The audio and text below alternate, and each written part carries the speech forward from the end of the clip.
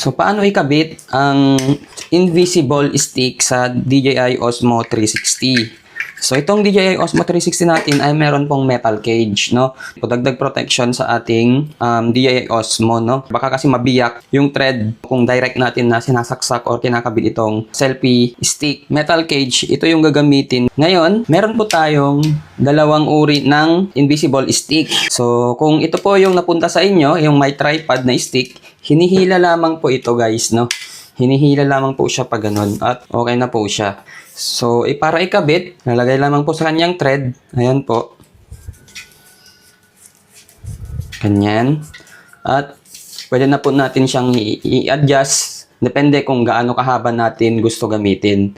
So, ganyan na po siya. Ready na pong gamitin. At syempre, kung gusto nyo pong nakaparang tripod lamang siya, press nyo lamang po yung button dito sa ilalim niya. At bubukan na po siya. So, pwede nyo nang i-spread ang kanyang mga legs at pwede na po ninyong gamitin ang inyo pong camera na naka-tripod.